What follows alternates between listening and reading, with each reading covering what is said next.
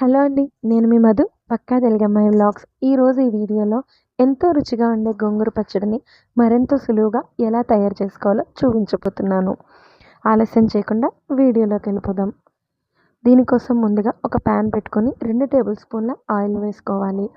దానికి నేను ఒక కట్ట గోంగూర తీసుకున్నానండి. దానికి తగినంత 20 ఎండుమిర్చి, 2 టేబుల్ స్పూన్ ఆవాలు, 2 టేబుల్ స్పూన్ మెంతులు తీసుకొని లో ఫ్లేమ్లో వేయించుకోవాలి.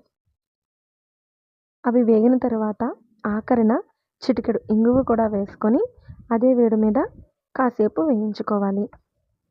ఈ వేయించుకున్నదంతా కాస్తంత చల్లారిన తర్వాత మిక్సీ జార్లోకి ట్రాన్స్ఫర్ చేసుకోవాలి. తర్వాత చిన్న ప్యాన్ పెట్టుకొని మళ్ళీ ఒక 2 టేబుల్ స్పూన్ల ఆయిల్ వేసుకొని కడిగి శుభ్రంగా ఆరబెట్టుకున్న గోంగూరను కూడా దానిలో వేసుకొని కాసేపు మగ్గబెట్టుకోవాలి. ఇప్పుడు రుచికి సరిపడా ఉప్పుని, చిటికెడు పసుపు, చిన్న నిమ్మకాయ సైజ్ అంతా చింతపండును కూడా యాడ్ చేసుకోవాలి. ఈ 3 కలిపి బాగా కలుపుకొని లో ఫ్లేమ్లో ఒక 5 నుంచి 10 నిమిషాల పాటు మగ్గబెట్టుకోవాలి. ఈ విధంగా దగ్గర పడే వరకు కూడా మగ్గబెట్టుకోవాలి. దాని తర్వాత మనం ఇందాక వేయించుకున్న కారాన్ని కూడా ఇలా మెత్తగా మిక్సీ పట్టి పెట్టుకోవాలి.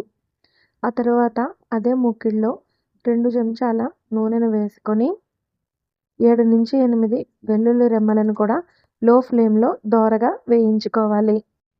ఇలా దోరగా వేగిన వెల్లుల్లి నూనెలో మనం మిక్సీ పట్టుకున్న మిశ్రమాన్ని మొత్తం అందులో వేసుకొని ఒక్కసారి కలుపుకోవాలి. అంతేనండి.